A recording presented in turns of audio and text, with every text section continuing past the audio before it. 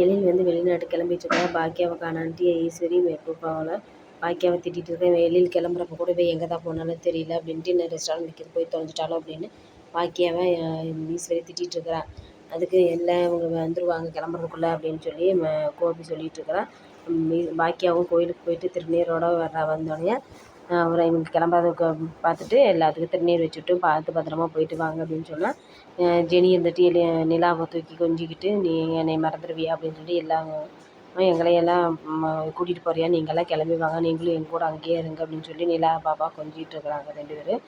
எல்லாருமே சந்தோஷமாக கிளம்பிட்டு போயிட்டு இருக்கப்ப போலீஸ் வருது. போலீஸ் வந்து செலியனை வந்து அரெஸ்ட் பண்ணுறதுக்காக வர்றாங்க. ஏன் என்னன்னு கேட்குறப்ப கவுன்சிலர்கிட்ட சண்டை எடுத்து கவுன்சிலருக்கு ரொம்ப பெரிய அடி. அதனால் அவங்க ஹாஸ்பிட்டல்லேருந்து கம்ப்ளைண்ட் பண்ணிட்டாங்க. அதுக்காக செலியனை அரெஸ்ட் பண்ணி ஆகணும் அப்படின்ட்டு பாக்கி வந்துட்டு அங்கே என்ன நடந்ததுன்னு தெரியாமல் நீங்கள் இது பண்ணுறீங்க. அங்கே நடந்தது வந்து செலியனுக்கு தான் பெரிய அடி. அவங்க வந்து செலியனை தான் அடித்தாங்க. செலியன் எதுவுமே சொல்ல, அங்கே என்ன நடந்ததுன்னுமே கேட்காம உங்கள் பாட்டு விசாரிச்சுட்டு பிடிச்சிட்டு போகிறேன்னு சொல்கிறீங்களே அப்படின்னு கேட்டோன்னே எல்லாருமே எதாக இருந்தாலும் போலீஸ் ஸ்டேஷனில் வந்து பேசுங்கன்னு சொல்லி செலியன் பிடிச்சிட்டு போகிறாங்க. பாக்கியாவை ஈஸ்வரி திட்டிகிட்டே இருக்கிற எத்தனையும் வந்தது முன்னால் தான் அந்த ரெஸ்டாரண்ட் ஓப்பன் பண்ணி எல்லாத்தையும் நிம்மதியெல்லாம் பண்ணிட்டு உட்காந்துருக்குற. இப்போ ஜெனி வேறு அழுதுகிட்டு இருக்கிறா. உனக்கு சந்தோஷமாக குடும்பத்தை பிரிக்கிறதுலேயே உனக்கு எவ்வளோ ஒரு சந்தோஷம் அப்படின்னு சொல்லிட்டு பாக்கியாவை திட்டிகிட்டே இருக்கிறா. பாக்கியா இருந்துட்டு நான் போலீஸ் ஸ்டேஷனுக்கு போகிறேன்ட்டு கிளம்பி இருக்கிறப்ப ஈஸ்வரி இருந்துட்டு நீ ஒன்றும் போக வேண்டாம், அவனை எப்படியும் ஜெயிலுக்கு அனுப்பிச்சிட்டு அது உன்னோட வேலை தானே, உனக்கு இப்போ சந்தோஷமாக இருக்குமில்ல, இப்போ ஜெனியோட வாழ்க்கை தானே போச்சு, நீ அந்த ரெஸ்டாரண்ட் ஓப்பன் பண்ணி என்னத்தை தான் சாதிச்சுன்னு தெரியல அப்படின்னு திட்டிட்டு நீ ஒன்றும் போக வேண்டாம் அப்படின்னோடனே கோபி இருந்துட்டு நீ கம்முனு பாக்கியா நான் போய் பார்த்துக்கிறேன் எல்லாமே போயிடுறாங்க.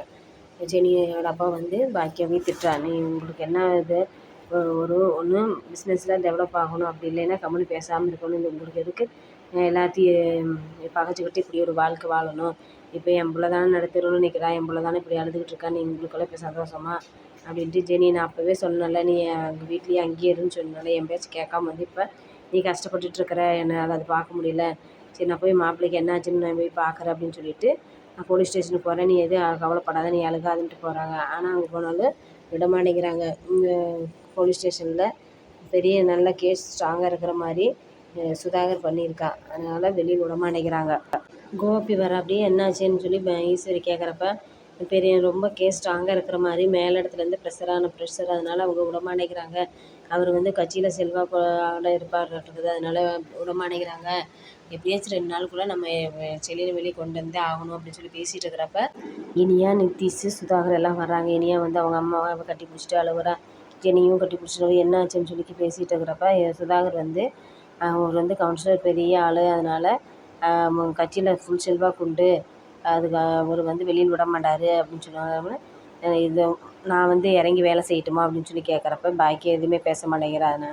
ஆனால் அங்கேருந்து ஃபோன் வருது, இப்படியே நம்ம இதில் இந்த பேர் கவுன்சிலர் மிரட்டினாலே போதும், இந்த கேஸ் ஜுஜிபி ஆயிரும், நீங்கள் வந்து பார்க்க தேவையில்லை, என்ன நான் பார்க்கட்டுங்களா, நாங்களே செஞ்சுருவோம், அந்த அவரை வெளியில் கொண்டு வந்துடுவோம் அப்படின்னு சொல்லி ஃபோன் வருது. ஆனால் சுதாகர் வந்து இல்லை, நான் இன்னும் கொஞ்சம் நேரத்தில் என்ன ஏதுன்னு முடிவு சொல்கிறேன், நீங்கள் எதுவும் அவசரப்பட்டு செய்ய வேண்டாம்னு சொல்லிடுறாங்க. இதெல்லாம் சுதாகரோட வேலை தான். செலி பாக்கியால் பழி வாங்குறதுக்காக இப்படி பண்ணிகிட்ருக்கிறாரு சுதாகர். வெளிப்படையாகவே சுதாகர் கேட்குறாரு, நான் இதில் இறங்கி வேலை செஞ்சால் அவர் சீக்கிரம் இப்போவே நான் வெளியில் கொண்டு வந்துடுவேன், என்ன நான் போய் போலீஸ் ஸ்டேஷனில் போய் பார்க்கட்டுமா அப்படின்னு சொல்லி கேட்குறப்ப எல்லாமே வேண்டான்னு சொல்லி நீங்கள் போலீஸ் ஸ்டேஷனில் போகிறீங்க, இல்லை நாங்களே இந்த இதை பார்த்துக்குறோம் அப்படின்னு சொல்லி கோபி சொல்ல அதே பாக்கியாவும் சொல்லிடுறா. ஆனால் ஈஸ்வரி வந்துட்டு இல்லை நீங்கள் பார்த்து இப்போ எப்படியாச்சும் என் பேரனை வெளியில் கொண்டு வாங்க அப்படின்னு சொல்லி கெஞ்சி கேட்குறப்ப ஆனால் இவங்க சொல்ல வேண்டியவங்களால யாரும் எதுவும் சொல்ல மாட்டேங்கிறாங்க, எப்படி பாட்டி நான் செய்யட்டும் அப்படின்னு சொல்லி சுதாகர் வந்து ஈஸ்வரியை பார்த்து கேட்க.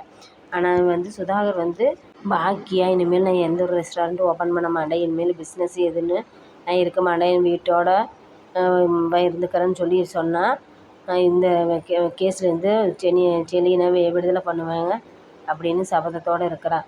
ஆனால் சுதாகர் நினைக்கிறது நடக்காது. பாக்கியாவே செலியனை வெளியில் கொண்டு வந்துடுவான்னு நீங்கள் நினச்சிங்கன்னா இந்த சேனலுக்கு லைக் பண்ணுங்கள்.